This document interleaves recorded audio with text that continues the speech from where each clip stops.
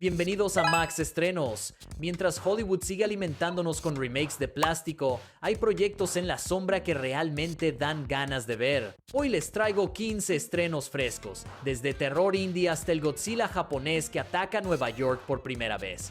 Vamos del peor al mejor según mi criterio personal y honesto. Si algo no me convenció, te lo digo directo, y si algo me sorprendió también. Si eso te parece útil, me ayudaría que dejaras un me gusta y te suscribieras al canal. Gracias por tu amable apoyo. Número 15. Badland Rising. Dave trabaja en una obra de construcción en Queensland. Un hombre ordinario, un turno ordinario, un viaje de regreso a casa que debería ser completamente irrelevante. Pero por accidente, termina en medio de las consecuencias de un robo cometido por una banda criminal, recoge una bolsa llena de dinero sin entender del todo lo que acaba de hacer, y a partir de ese momento comienza una carrera de supervivencia de 19 horas por los paisajes desérticos del interior australiano. La sensación que transmite el tráiler está en algún punto entre un road thriller clásico y una cacería humana al estilo de Duel de Spielberg, con esa crudeza australiana tan terrenal que el cine de Hollywood rara vez consigue reproducir de manera convincente. No es el tipo de película que busca ser grande o importante, sino simplemente efectiva y honesta en lo que ofrece.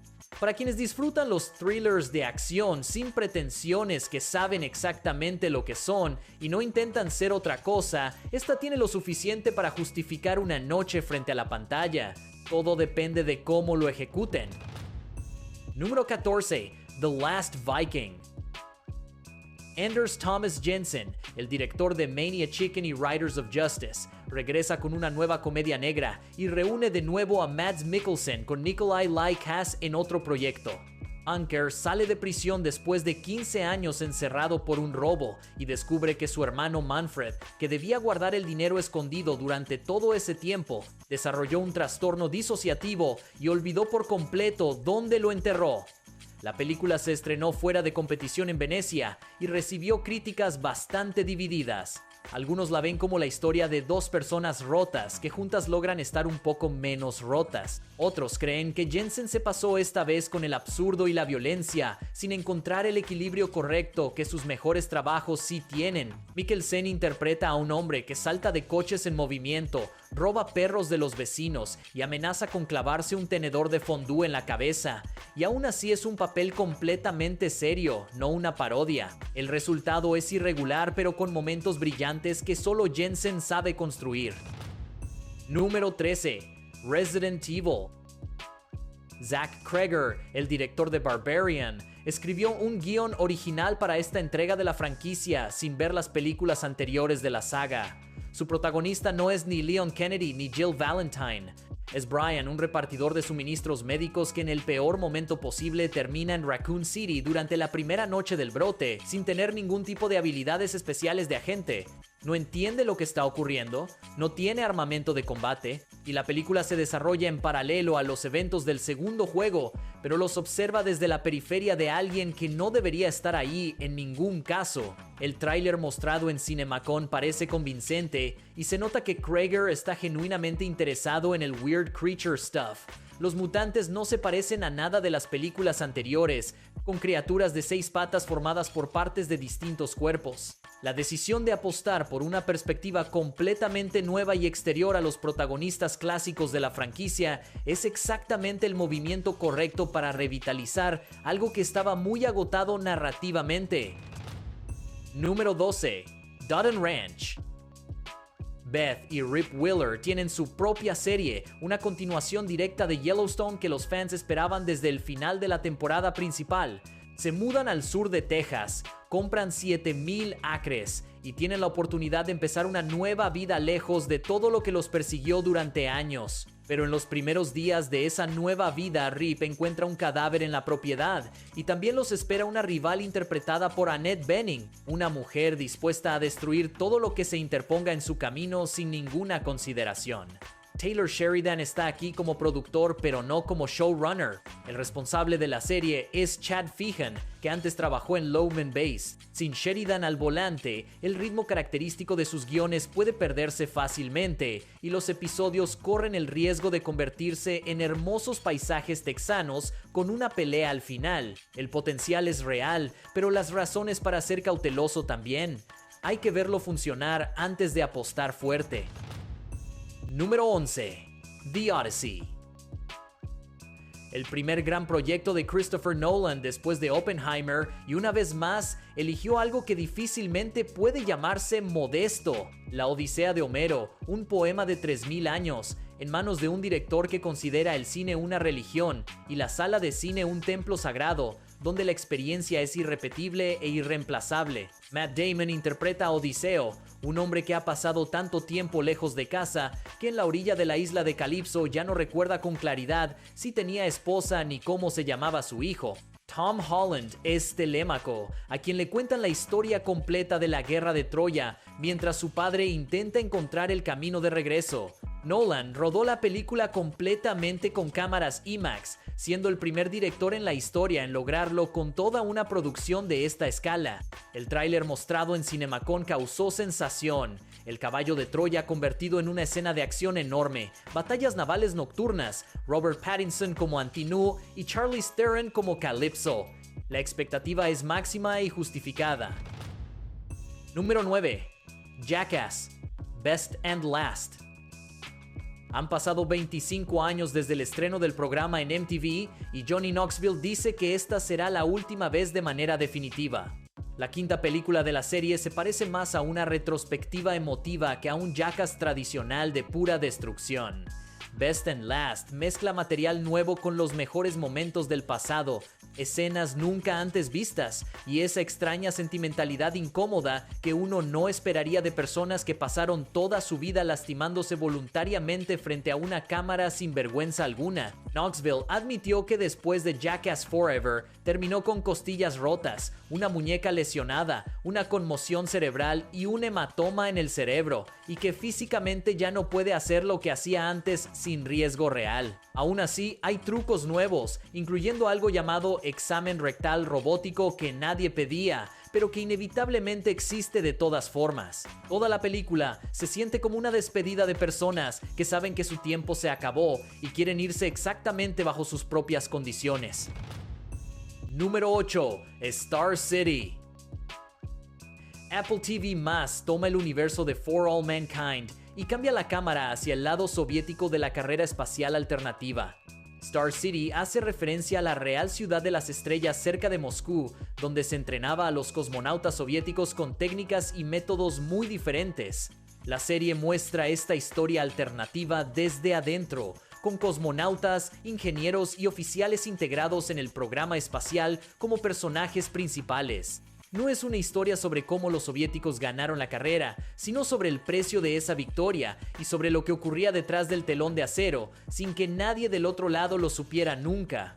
La actriz de La Casa del Dragón interpreta a la diseñadora principal del programa, y ese casting deja claro que los creadores no quieren hacer villanos soviéticos caricaturescos ni simples antagonistas de la Guerra Fría. 8 episodios, paranoia como atmósfera principal y Ronald D. Moore como uno de los creadores, el mismo hombre que ideó la serie original For All Mankind. Si viste esa serie, queda claro por qué esta nueva propuesta merece toda la atención. Número 7. Evil Dead Burn. La franquicia Evil Dead vuelve a cambiar de director y vuelve a apostar por una historia completamente autónoma sin conexiones obligatorias. Esta vez, el encargado es el director francés Sébastien Vanek, conocido por el horror de arañas de Infested. Sam Raimi lo eligió personalmente para el proyecto y la decisión tiene sentido porque Vanek sabe trabajar con el asco corporal y construir tensión en espacios cerrados. La trama sigue a una mujer que después de la muerte de su esposo llega a la casa aislada de los familiares de él, encuentra el Necronomicon y la reunión familiar se convierte en lo que inevitablemente se convierte cuando aparece ese libro. El tráiler se ve brutal en el sentido correcto del término. Hay dites, hay una toma larga en medio del caos completo, y se nota que el director intenta hacer algo con su propia identidad visual y narrativa, no simplemente repetir la fórmula establecida por las entregas anteriores. Evil Dead Rise demostró que la franquicia puede seguir siendo relevante con voces nuevas. Número 6. Verity. Después de que It Ends With Us de Colin Hoover recaudara más de $340 millones en taquilla, las adaptaciones de sus libros se convirtieron en una máquina editorial imparable. Verity es una bestia diferente. No es romance, sino un thriller psicológico con una trama oscura y moralmente complicada que el libro original maneja con mucha inteligencia. La escritora Lowen Ashley recibe un trabajo para terminar una serie de libros de la famosa novelista Verity Crawford, quien no puede seguir escribiendo después de un accidente. Lowen se muda a la casa de la familia Crawford, se enamora del esposo y encuentra un manuscrito que puede significar cualquier cosa, desde una confesión oscura hasta una trampa construida con precisión calculada. Dakota Johnson y Anne Hathaway enfrentadas es un casting adecuado porque ambos personajes deben parecer convincentes y poco fiables simultáneamente. La pregunta que el tráiler deja sin responder es si la adaptación tendrá el estómago necesario para mantener la ambigüedad moral que hace tan efectivo al libro original. Número 5. Godzilla Minus Zero.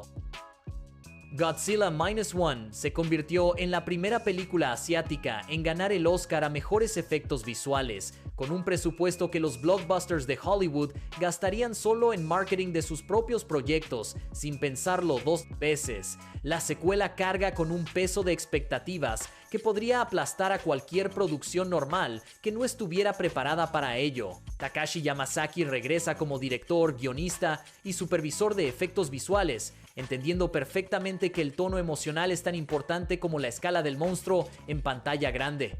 La historia continúa 2 años después de los eventos de la primera película. La familia de Shikishima vuelve a estar en el centro, y también vuelve esa desesperación que, según el propio director, será todavía más profunda y devastadora que antes. El tráiler de CinemaCon termina con Godzilla avanzando hacia la Estatua de la Libertad. Por primera vez en décadas, el Godzilla japonés ataca Nueva York en pantalla grande. Es una decisión que amplía la escala sin perder la historia humana, que hizo a la primera tan poderosa. Las señales son muy prometedoras. Número 4. The Death of Robin Hood. Hugh Jackman como Robin Hood no es una decisión obvia, y precisamente por eso resulta genuinamente interesante. A24 se encarga de una historia sobre los últimos días del legendario forajido. Herido después de una batalla que debía ser la última, Robin queda en manos de una mujer misteriosa que le ofrece algo parecido a la salvación. El director Michael Sarnowski, responsable de Pig con Nicolas Cage y A Quiet Place Day One, sabe trabajar con el silencio, la soledad y los personajes que ya no tienen a dónde ir. Jodie Comer y Bill Skarsgård aparecen en papeles secundarios importantes. El rodaje tuvo lugar en Irlanda del Norte. Esto claramente no es un blockbuster ni otra reinterpretación grandilocuente de la leyenda de Sherwood.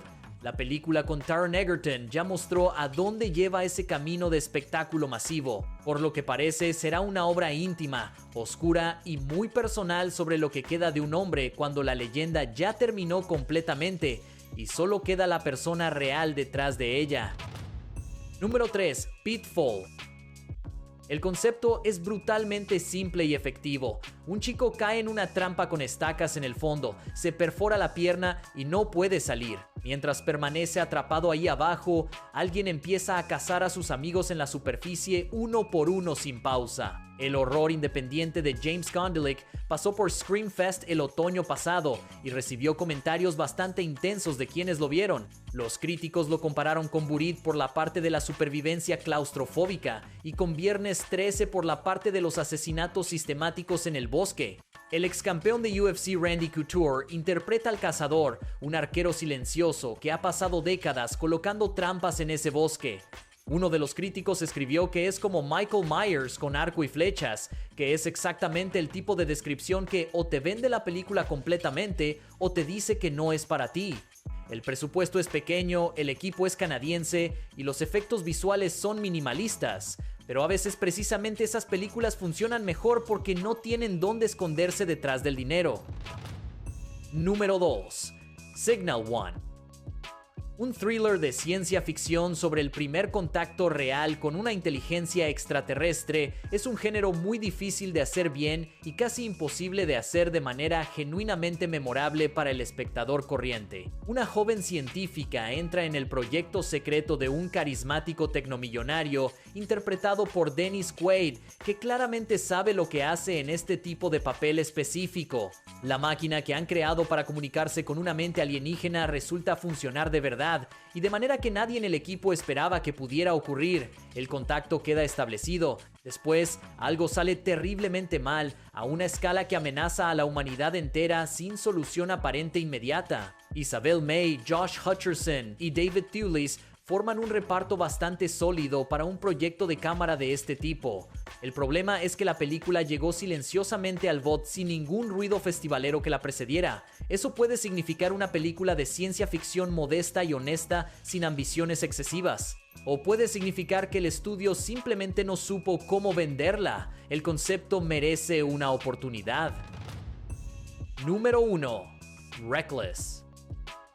Scott Adkins vuelve a probar suerte con la comedia de género al estilo Guy Ritchie, y según las primeras opiniones, el resultado es bastante irregular. Su personaje Davon sale de prisión después de haber sido incriminado por un robo e intenta recuperar su parte del dinero, mientras la policía y los verdaderos criminales lo persiguen simultáneamente desde distintas direcciones. El guionista Stu Small escribió las dos partes de Accident Man y El Collector, así que el equipo ya se conoce bien y sabe trabajar junto. Pero según las reseñas de los espectadores, el problema no está en el actor ni en la idea central, sino en la ejecución concreta de esa idea. Las inserciones animadas resultan molestas en lugar de añadir carácter. El humor funciona solo a ratos puntuales, y las peleas, que son justamente la razón principal por la que muchos buscan estas películas, están sorprendentemente mal aprovechadas. Un proyecto que quería ser una especie de Lock, Stock and Two Smoking Barrels, pero que no tenía ni el director adecuado ni el presupuesto para lograrlo. Vale verla con expectativas bajas. Y eso es todo por hoy. Espero que la lista les haya dado más de una razón para estar pendientes de los próximos meses. Si te gustó este video, no olvides dejar tu like, suscribirte y activar la campanita para no perderte nuestros próximos videos. Nos vemos pronto. Gracias por ver.